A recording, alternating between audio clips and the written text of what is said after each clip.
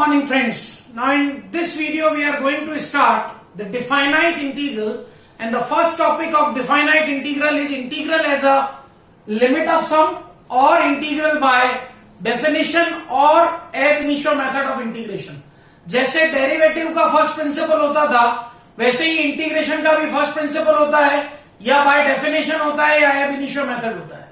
Basically integration क्या है, हमने ये सारा इंटीग्रेशन सीखा किस लिए था? आप समझे, इंटीग्रेट करना मतलब इकट्ठा करना, राइट? इसको हम एक कर्व से समझते हैं कि कर्व का एरिया कैसे ला सकते हैं। सपोज ये कोई कर्व है y is equals to F X. इस कर्व का मेरे को ये x is equals to a से लेके b तक के बीच में एरिया चाहिए। a से b के बीच में मुझे एरिया चाहिए था। मैंने क्या किया, इसको बहुत small small equal strips h width की स्ट्रिप्स में डिवाइड कर दिया। हर एक स्ट्रिप का एरिया अप्रोक्सीमेटली मान के चले हम एक लगभग एक रेक्टेंगल है, अप्रोक्सीमेशन करना पड़ेगा कि ऊपर से हम इसको फ्लैटन माने तो ये एक एक अलग अलग अलग अलग अलग रेक्टेंगल्स बन रहे हैं। ये स्ट्रिप्स इतनी पतली हैं, आप ये सोच सकते हैं स्ट्रिप इतनी कम है कि जो विड्थ है स्ट्रिप की वो बहुत कम है, इसलिए हम उसकी विड्थ को एक रेक्टेंगल की फॉर्म में ले सकते हैं। हर एक रेक्टेंगल का एरिया क्या होता है, लेंथ इंटू ब्रेड्थ। तो यहां पे लेंथ तो मुझे फंक्शन से मिलेगी a plus H, A plus two H, A plus three H. जब मैं x की value a, initial value a होती है, मैं a से स्टार्ट करता हूं। मैंने a प्लस एच से स्टार्ट किया, सपोज a थोड़ा यहां से है, इस जगह a था मेरा, मैंने a plus H, A plus two H ऐसे स्टार्ट किया। लेंथ लेना, मैंने a प्लस एन एच तक ले ली लेंथ को। वो कब आई, जब मेरी फर्स्ट x की वैल्यू a प्लस एच है तो y की value f a plus H है, फिर a प्लस टू एच है तो y की value f a plus two H है, लाइक दिस। हर एक रेक्टेंगल का एरिया इंटू विड्थ करना था मुझे, तो एरिया क्या क्या मिल गए, h into F A plus H, h into F A plus two H, h into F A plus three H, so on h into F A plus N H. देखिए books में they will start with a and at n minus one h। मैंने strips को divide 1 से लेके n तक किया है, books 0 से लेके n माइनस वन तक कर दी, एक ही बात है। We have started the strip with a plus H. हर एक रेक्टेंगल का एरिया आ गया। Now the area of this rectangle is what? अगर हम इंटीग्रेशन से सोचे तो बेसिकली क्या है, a से लेके b तक का इंटीग्रेशन ही तो है, तो टोटल एरिया क्या है, ये a to B F X D X है। मतलब इथिकली देखा जाए तो 1 और 2 आपस में इक्वल हुए, means a to B F X D X. अब limit n tends to infinity, because मुझे ये मालूम नहीं है कि मैंने कितनी स्ट्रिप्स बनाई हैं। मैंने बहुत पतली पतली पतली पतली करोड़ों स्ट्रिप्स बनाई है, मींस मुझे पता नहीं है। I have taken infinite strips. और h की वैल्यू कैसे आई, तो टोटल डिस्टेंस मेरे पास कितना था, b में से a सब्ट्रैक्ट करूं, ये टोटल डिस्टेंस था, इसको मैंने n स्ट्रिप में डिवाइड किया तो h की वैल्यू आई b minus a upon n। यहां limit n tends to infinity क्यों लगाया, क्योंकि नंबर ऑफ स्ट्रिप्स क्लियर नहीं है, they can be so many strips. तो हमने इनफाइनाइट स्ट्रिप ले ली, h कॉमन ले लिया, f a plus H, f a plus two H, f a plus N H. और अगर अकॉर्डिंग टू दिस रूल अगर n इनफाइनाइट है तो h क्या होगा, 0, तो limit h tends to 0, f a plus H plus f a plus two H up to f a plus N H. This is what? This is integral by definition or first principle of integration or ab initio method of integration। हमारे काम का ये last का है, इसी का use करके हम क्वेश्चन सॉल्व करेंगे। इसके ऊपर बोर्ड एग्जाम में गारंटीड 4 मार्क क्वेश्चन आने वाला है, फॉर श्योर आता ही है हर ईयर। इसलिए this video is very important to get 4 marks in board exams. और उसके लिए सबसे इंपॉर्टेंट है ये लास्ट वाली definition, we must learn this. ध्यान से देखिए आप इसको।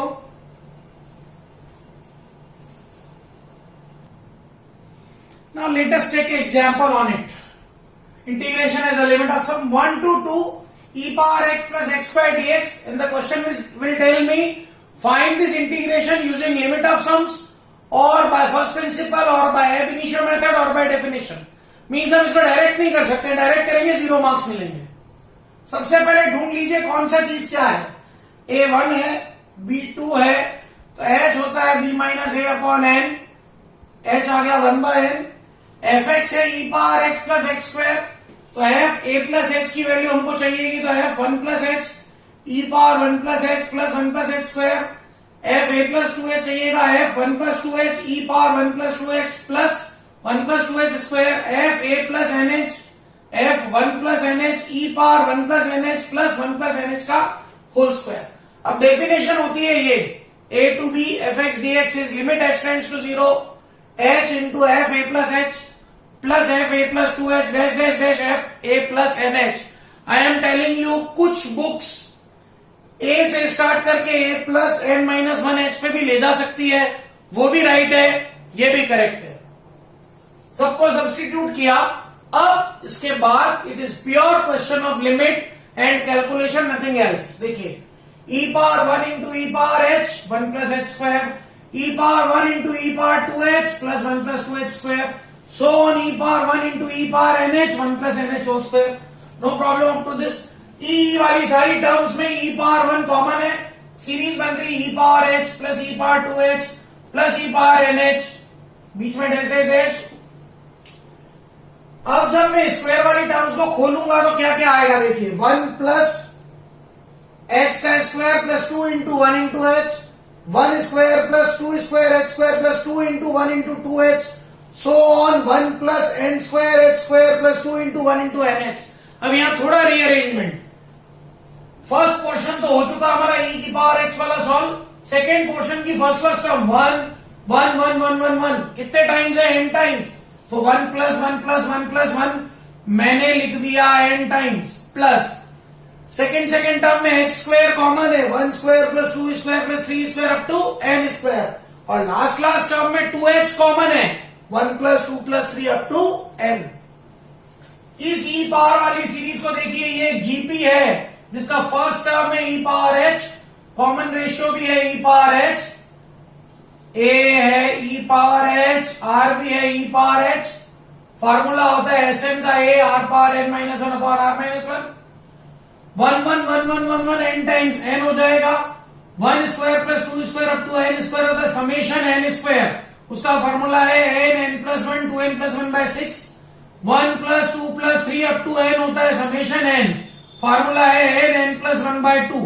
सारे फार्मूले सब्स्टिट्यूट कर दिए। देखिए ये h e पावर 1, यहाँ जीपी का sum of n terms e power h power n minus 1 upon e power h minus 1, no problems, 1 1 1 1 1 n times n h square, इसका फॉर्मूला है n plus 1 2n plus 1 by 6, इसका formula 2h into n plus 1 by 2, 2 से 2 क्या हो रहा है, cancel.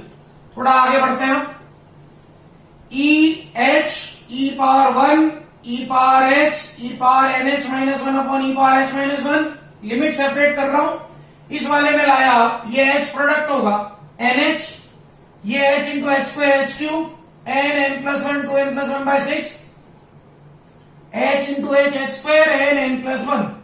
Now मेरे पास n और h में एक रिलेशन पड़ा है, n इज 1 बाय h और nh इज 1, ये ट्रिक लगाने के लिए। अभी उसके पहले यहां ध्यान से देखिए,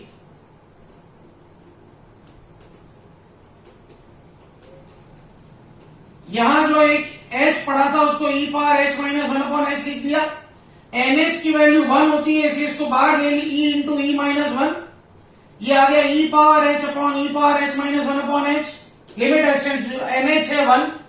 देखिए यहां से एक n कॉमन लिया, 1 प्लस 1 बाय n आ गया, यहां से n कॉमन लिया, 2 प्लस 1 बाय n आ गया, और बाहर आ गया n क्यूब, यहां से एक n तो ही, एक n कॉमन लिया, 1 प्लस 1 बाय n, ये आ गया n स्क्वायर। अब nh 1 है इसलिए n क्यूब h क्यूब भी 1 है, n स्क्वायर h स्क्वायर भी 1 है, और n टेंड्स टू, मैं यहां पे ले सकता हूं इंफिनिटी है, तो जब मैं ये लिमिट पुट करूंगा तो ये हो जाएगा 1 प्लस 0, ये हो जाएगा 2 प्लस 0, ये हो जाएगा 1 प्लस 0। तो अब यहां से देखिए, एक तो बचेगा e इंटू ई माइनस 1, ये लिमिट हम स्टैंडर्ड पढ़ चुके हैं, limit x tends to 0 e power x minus 1 upon x, ये 1 होता है, e पावर 0 1 होता है, यहां 1, n क्यूब h क्यूब की वैल्यू 1, ये 1 प्लस 0 2 प्लस 0 मीन्स 2 बाय 6, और यहां n स्क्वायर स्क्वायर की value 1, 1 plus 1 by infinity that is 1 plus 0, ये 1, तो ये आ गया e into e minus 1 plus 7 by 3। अब हम चाहें तो नेगेटिवली इसका नॉर्मली इंटीग्रल करके आंसर चेक कर सकते हैं कि हमारा आंसर राइट आया कि रॉन्ग आया। इस तरह से जब हम बोर्ड एग्जाम में करेंगे पूरा, यहां रिजल्ट लिखने पड़ेंगे। क्या एक रिजल्ट और क्या था, limit x tends to 0 e बार x माइनस 1/x 0/0 फॉर्म में 1 होता है। ये रिजल्ट भी लिखना पड़ेगा। ये सारे रिजल्ट लिखने पड़ेंगे तो ही हमको मार्क्स मिलेंगे। ये 4 मार्क क्वेश्चन है, बोर्ड एग्जाम में कंपल्सरीली आता है। आप इसको बहुत ध्यान से देखिए।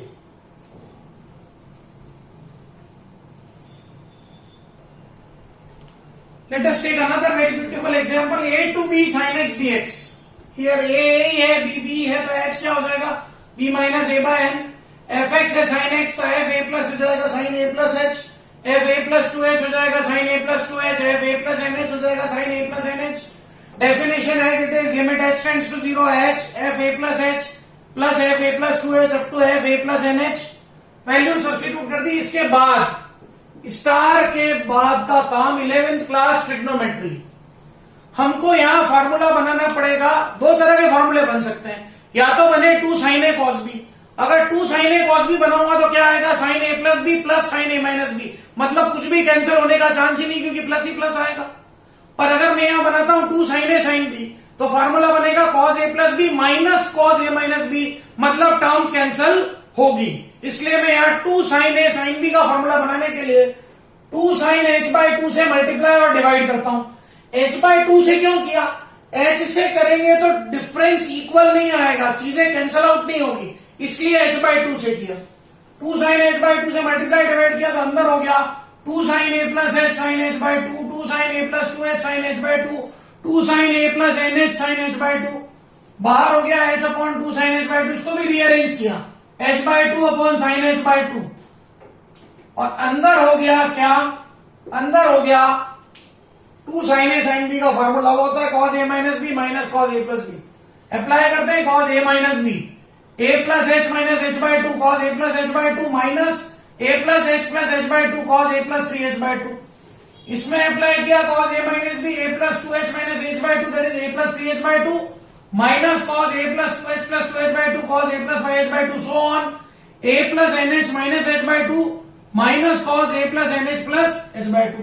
आप देख सकते हैं मिडिल वाली सारी टर्म्स कैंसिल हो जाएंगी, केवल फर्स्ट और लास्ट टर्म बचेगी। और शुरुआत में limit x tends to 0 x upon sin x 0/0 form में 1 होता है, इसलिए ये वैल्यू 1 हो गई। हमको मिल गया cos a plus h/2 minus cos a plus nh plus h/2।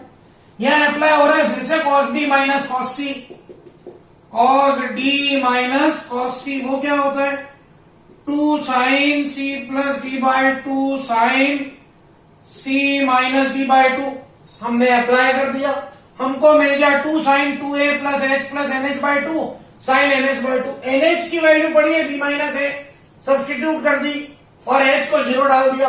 2 sin 2a plus b minus a/2 sin b minus a/2 that is 2 sin b plus a/2 sin b minus a/2, जिसको हम क्या लिख सकते हैं cos a minus cos b।